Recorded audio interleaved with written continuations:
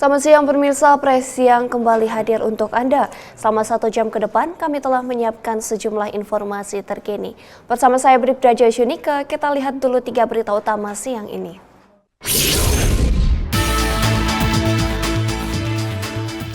Satgas Pemberantasan Judi Daring yang dibentuk Presiden Joko Widodo menggelar rapat koordinasi tingkat menteri di kantor Kemenko Polhukam, Jalan Medan Merdeka Barat, Jakarta Pusat pada Rabu lalu.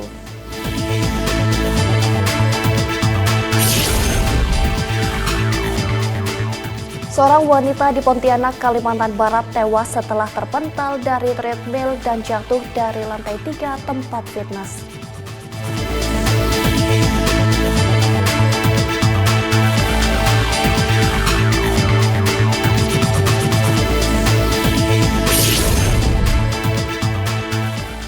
Polres Klungkung melepas liarkan tukik di Pantai Watu Klotok, Desa Tojan, Kecamatan Klungkung.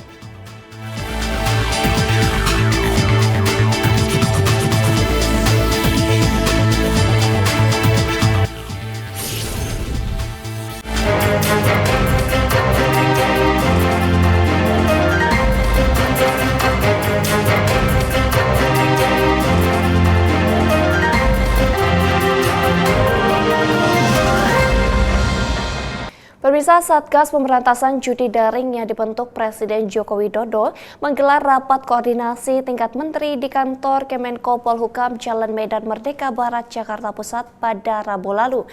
Menko Polhukam Hadi Cahyanto selaku Ketua Satgas mengungkapkan, salah satu hasil rapat adalah Satgas akan melakukan 3 operasi penegakan hukum dalam minggu ini.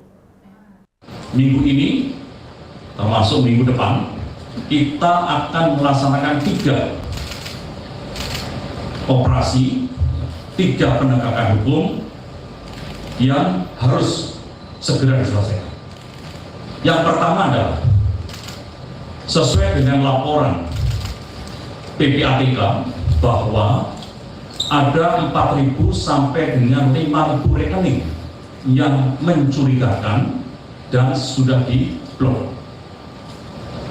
Tindak lanjutnya adalah PPATK segera melaporkan ke penyidik Bareskrim Polri. Walaupun PPATK juga memiliki wewenang untuk membekukan selama 20 hari.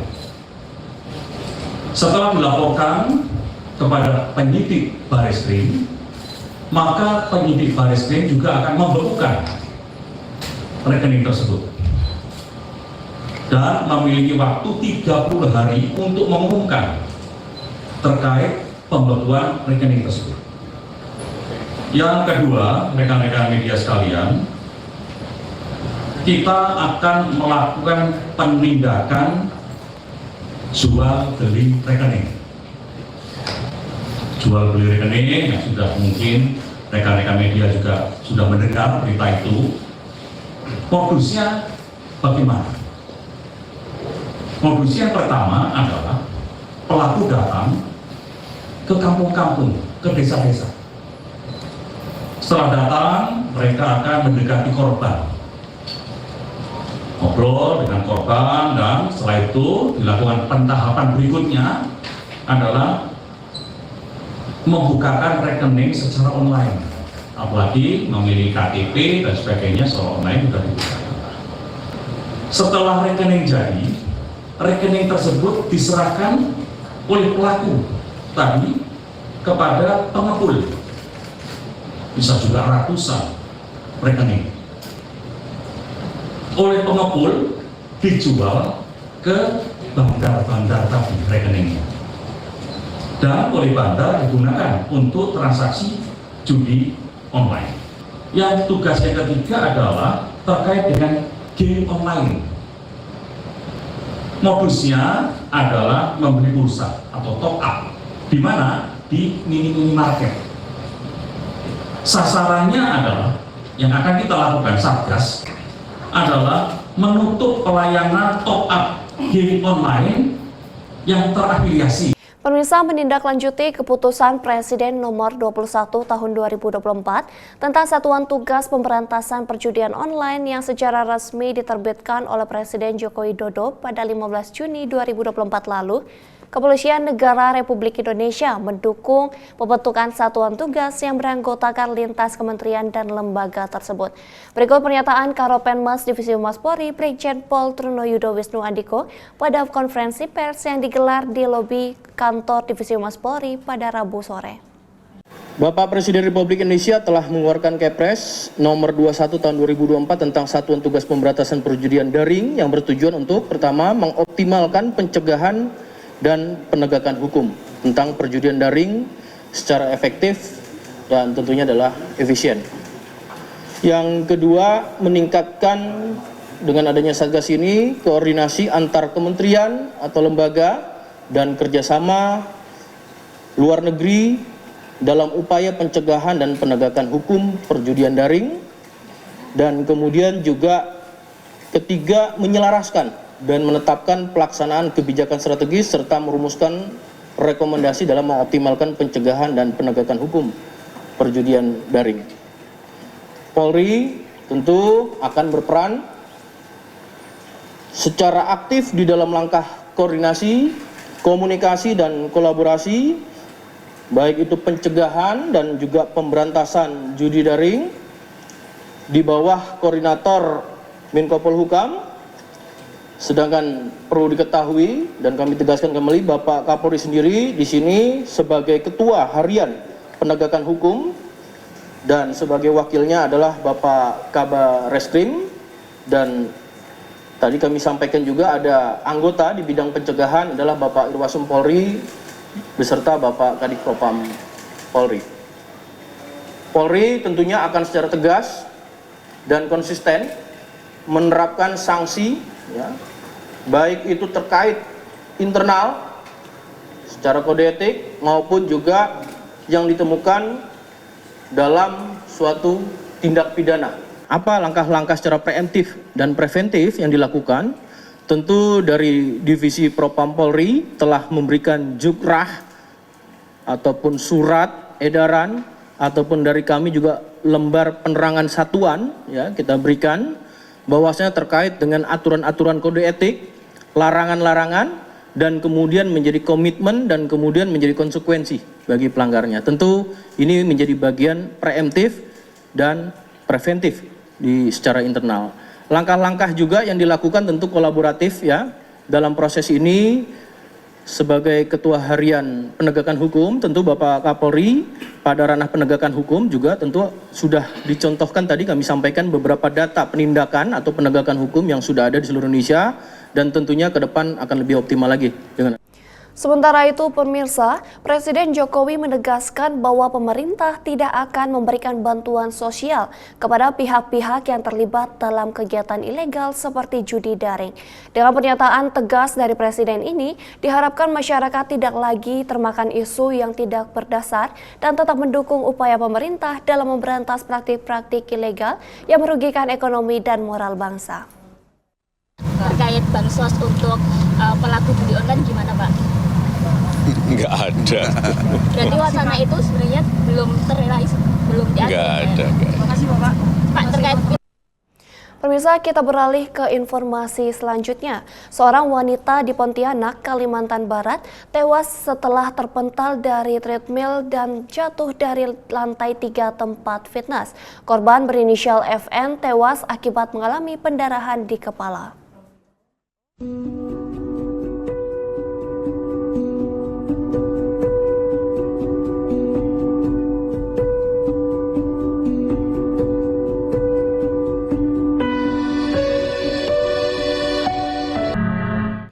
Peristiwa tewasnya pengguna treadmill ini terjadi di Kegim di Jalan Paris 2, Kecamatan Pontianak Tenggara, Pontianak, Kalimantan Barat pada Selasa lalu.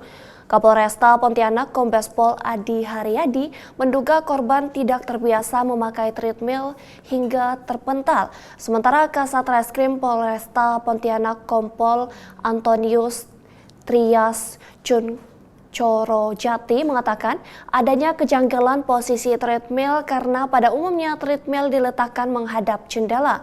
Sementara di lokasi kejadian, treadmill membelakangi jendela sehingga selain itu jendela di belakang treadmill tampak terbuka. Korban diduga kelelahan dan terhuyung ke belakang. Karena posisi jendela terbuka, korban langsung terjengkang dan jatuh. Korban diketahui tewas di lokasi kejadian dan langsung dibawa ke Rumah Sakit Bayangkara untuk visum. Hasil visum menunjukkan korban meninggal karena pendarahan di kepala dan hingga saat ini aparat masih dalam penyidikan lebih lanjut.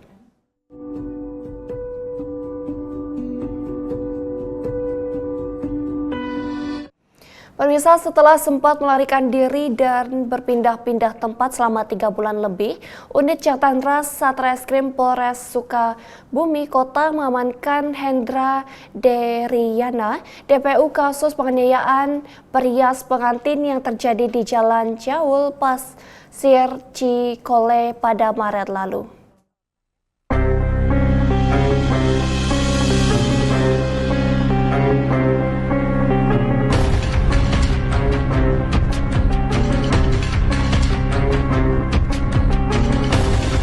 Jatantras Satreskrim Polres Sukabumi Kota mengamankan Hendra Deriana, DPO kasus penganiayaan perias pengantin yang sempat terjadi di Jalan Jaul Pasir Cikole, Kota Sukabumi pada 10 Maret 2024.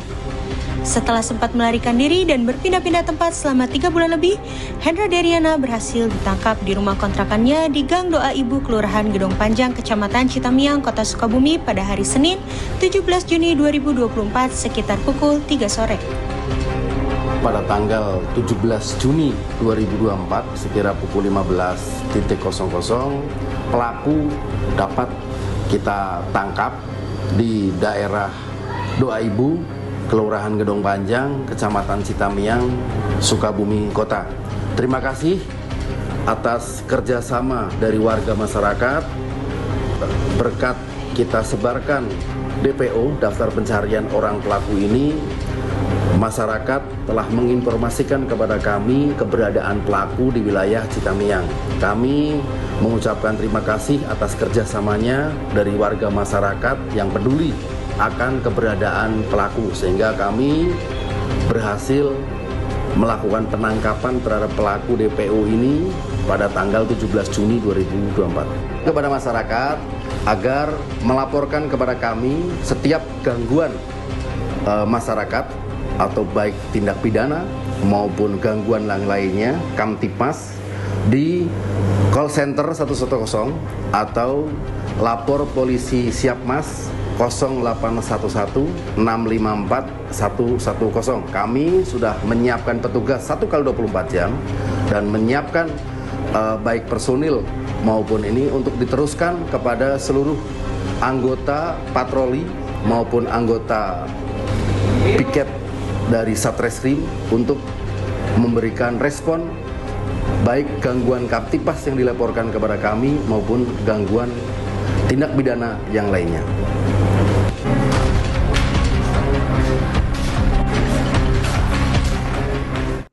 Pemirsa, Satreskrim dan tim Opsnal Polres Merauke kembali mengungkap kasus pembunuhan dan pemerkosaan yang terjadi di Jalan Misi pada Rabu lalu. Polres Merauke berhasil menangkap 2 dari 3 pelaku, yakni A dan MT, sementara pelaku ketiga berinisial DK masih buron. Kasus pembunuhan dan pemerkosaan yang terjadi pada hari Minggu tanggal 16 Juni tahun 2024 sekitar pukul 7.30 WIB yang terjadi di areal pekuburan umum Jalan Misi Merauke dengan inisial korban atas nama M.Y, seorang perempuan tanpa busana, ungkapnya. Lanjut dikatakan kronologis kejadiannya sebagai berikut: para pelaku dan korban sejak hari Sabtu 15 Juni 2024 sekitar pukul 17 WIB sudah melakukan minum-minuman beralkohol di tempat ruang tunggu kuburan Jalan Misi Merauke. Kemudian hingga mabuk pelaku 3 mengajak korban untuk masuk ke areal pekuburan untuk melakukan hubungan badan. Karena korban merontak, pelaku satu menginjak kepala korban sambil memanggil saksi inisial T untuk mencari kayu, lalu pelaku satu memukul kepala korban bagian belakang sebanyak 2 kali hingga kayu patah, namun pelaku satu menginjak kepala korban hingga terbentur for-foran dinding kuburan. Posisi korban tengkurap, kemudian pelaku 2 menginjak punggung korban. Pelaku satu memanggil saksi inisial T untuk mencari kayu balok lagi. Setelah dapat, pelaku satu kembali memukul kepala belakang korban sebanyak 3 kali yang mengakibatkan Pemirsa, Ditpolrut Polda Jateng menggelar apel pengukuhan relawan SAR Arnafat Satpolrut Polres Rembang dan Polresta Pati di Pantai Wisata Karangjahe, Rembang. Informasinya akan kami hadirkan setelah jeda berikut ini.